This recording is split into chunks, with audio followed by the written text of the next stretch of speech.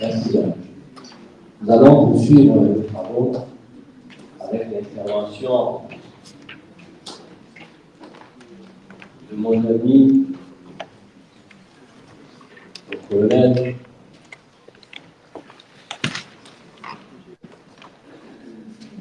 qui nous fera un exposé sur la situation sécuritaire et sur le Cameroun. Je suis très heureux. Colonel de gendarmerie, pendant que l'Afrique chasse les Français,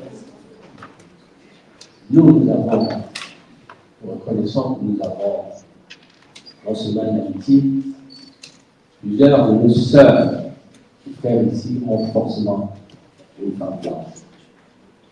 Donc, au-delà d'avoir une femme blanche ou son mari est blanc, moi je suis entouré de talents. Parce qu'on ne peut pas pouvoir bâtir une nation sans avoir autour de soi des conseillers spéciaux. Le colonel est un de mes conseillers spéciaux sur les sujets de la sécurité et la sûreté. Colonel.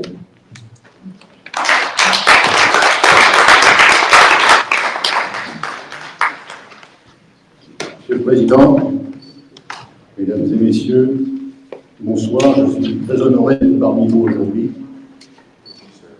Je suis colonel Carter de gendarmerie, effectivement. Je viens de terminer un troisième doctorat, je le précise, qui a été dédié à la noblesse de la femme africaine. Il s'agit de lui. J'ai vécu plus de 10 années en Afrique. J'ai fait 18 pays, je pense, si mes souvenirs sont bons, et je rends une mission contre le terrorisme au Burkina Faso qui a duré 2 ans, au cours de laquelle on a eu des résultats. On a arrêté plus de 400 terroristes, mais surtout, on a permis que les Burkinabés reviennent vivre dans leur village. Et donc, je vais non pas parler du Burkina, mais simplement évoquer en quelques lignes la situation au Cameroun, sachant que 40 conflits se sont déroulés durant cette dernière décennie sur le continent africain, avec tous les drames que ça connaît. La présence des groupes armés hors la loi tels que Boko Haram pour les Anglais, présents au Nigeria, ainsi que d'autres factions dissidentes comme le JAS, aggravent considérablement les conflits intercommunautaires engendrés par d'autres activités criminelles, le grand banditisme, et constituent une menace permanente pour la paix publique, dont les conséquences, agressions, viols, assassinats, kidnapping, mort d'enfants avec des engins explosifs improvisés, etc., interviennent tout en entravant le déroulement et le développement surtout d'un pays, le Cameroun, avec l'arrêt notamment de tout ce qui concerne le tourisme dans le nord du pays en particulier, avec des frontières poreuses et le manque de présence de forces de défense qui permettent à toute cette engeance criminelle de pouvoir agir sans limite contre la population locale. La criminalité endémique à toute société s'est fortement aggravée avec les 3 principaux groupes qui intègrent ce que je vais appeler le triptyque de la criminalité, à savoir le terrorisme, la criminalité organisée, internationale aujourd'hui, et les crimes de guerre, crimes contre l'humanité. En d'autres temps, j'ai travaillé avec Mme Carla Del Ponte pour chasser les criminels de guerre sur le territoire des Balkans. Et effectivement, ces trois différents groupes de crimes se retrouvent en Afrique, avec les conséquences que vous connaissez. Alors, faut-il baisser les bras face à cette situation dramatique? Non, comme le croit et le dit le président Jean-Blaise Bouette. Il existe des solutions. Je peux en parler puisque j'étais sur le terrain pendant un certain nombre d'années, comme vous le savez. Et il y a toujours des solutions à des problèmes. La dernière mission que j'ai menée au Burkina Faso m'en a donné les preuves encore, si besoin était. Alors, l'une des priorités réside dans l'intégration des problématiques de stabilité et de sécurité au sein des politiques de développement. Pas de sécurité, pas de développement, c'est clair.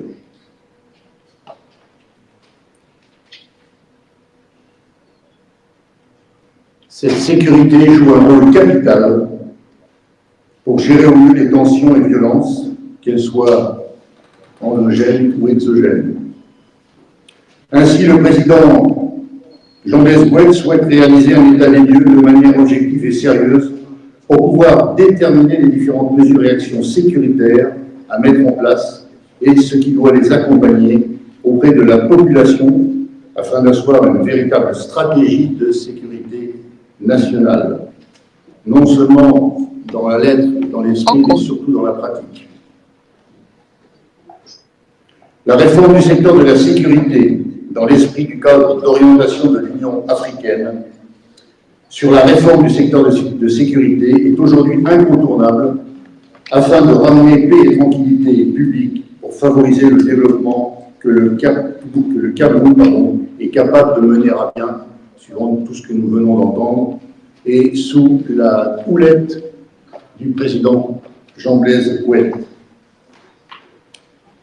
qui propose ainsi plusieurs voies pour neutraliser l'insécurité qui prive le Cameroun de se développer au profit de sa population. Le premier étant de remettre en place une présence permanente et renforcée de l'État dans tous les secteurs. Je l'ai vécu récemment, quand l'État n'est plus présent, la criminalité se développe et s'accroît très rapidement. Bien sûr, il faut qu'il y ait une justice vraie, une qualité de jugement et de cœur qui provoque au niveau de l'État le devoir de reconnaître les droits de chacun, renforcé par un principe moral de conformité aux droits naturels ou positifs, afin que le droit et l'organisation du pouvoir judiciaire règnent et de rendre le bien pour le bien et la justice pour le mal, comme nous le rappelle Confucius. Et rendre gloire à Dieu en reprenant les propos du psalmiste, ta justice et justice éternelle est ta voie et vérité. Je crois que c'est la vérité qui compte et qu'il faut mettre en avant pour écarter tout ce qui est mensonge et corruption avec les conséquences que l'on connaît. Renforcer également les dispositifs sécuritaires en assurant une permanence sur le terrain de la multiplication des patrouilles, bien sûr la présence, ce qu'on appelle la police de proximité, en augmentant une sensibilisation au niveau des parents. J'ai eu un cas absolument dramatique sur une famille de 15 enfants, 9 qui ont explosé sur une mine qui avait été déposée par des terroristes. Inutile de vous dire que le drame au niveau de cette famille a été énorme, incommensurable. Et là aussi, l'accompagnement des parents est une priorité pour la sécurité des enfants et de toute la famille. Réveillant la solidarité des communautés présentes pour mettre en place une politique participative, bien sûr, énergétique et performante, afin de permettre la réussite dans cette voie d'éradication de l'insécurité. J'ai souligné récemment que, selon moi, avec preuve en main bien entendu, l'insécurité en Afrique est entretenue aujourd'hui par les grands blocs, aussi bien les blocs du côté américain que les blocs du BRICS. Et la criminalité internationale aujourd'hui nous prouve que la mondialisation n'est pas qu'un mot, mais qu'elle est en marche. Pour terminer, la lutte contre tous les types de délinquance et de criminalité, à commencer par celle de l'extrémisme violent, de la radicalisation et du terrorisme, pour un retour à un pays en paix et libre, passe par la responsabilité et la solidarité de tout un chacun au sein d'un État de droit camerounais, fort de ses prérogatives, véritablement décidé à mettre tout en œuvre pour parvenir au retour de la sécurité des personnes et des biens, afin d'en permettre son développement. Je me tiendrai à la disposition du président Jean-Blaise Gouette pour l'aider dans cette démarche. Je vous remercie.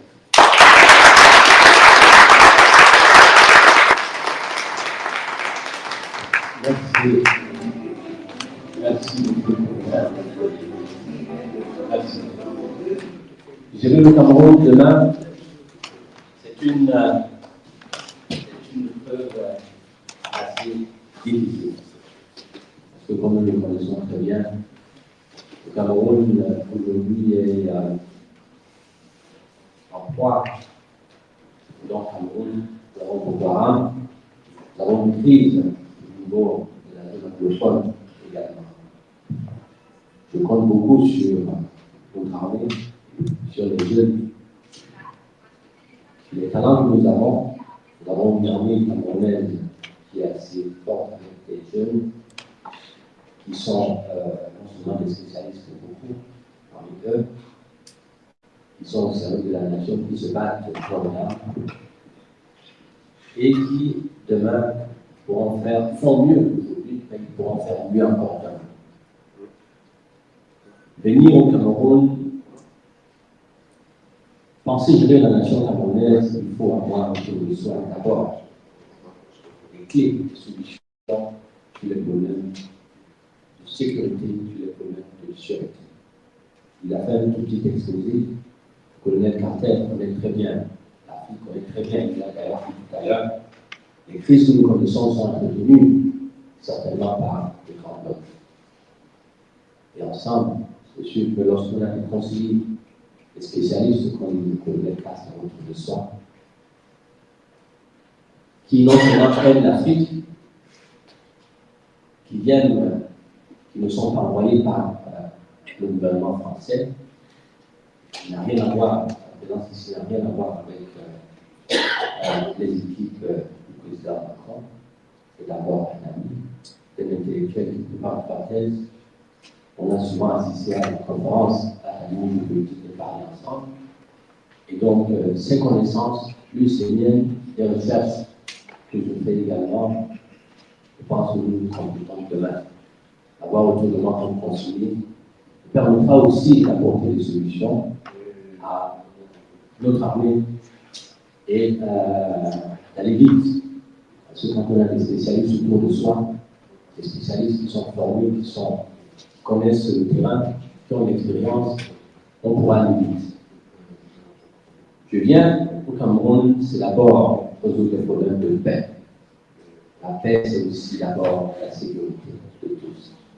Si on était le président de l'IA, les engagements, tel que vous le savez, nous l'accorderons demain, mettre en place une loi pour la sécurité de tout le monde.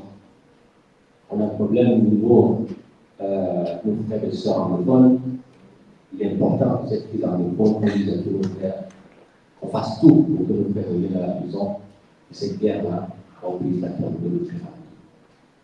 Voilà donc solution de paix, de sécurité. Je viens avec des spécialistes comme le colonel. On a autour de nous aussi des officiers généraux des Camerounais qui sont là, aujourd'hui qui ne peuvent pas, malheureusement, se présenter, parce que, étant dans le système actuel, mais le Cameroun, l'armée camerounaise, les Camerounais attendent tous le Parlement et nous attendons tous. Merci, monsieur le conseiller.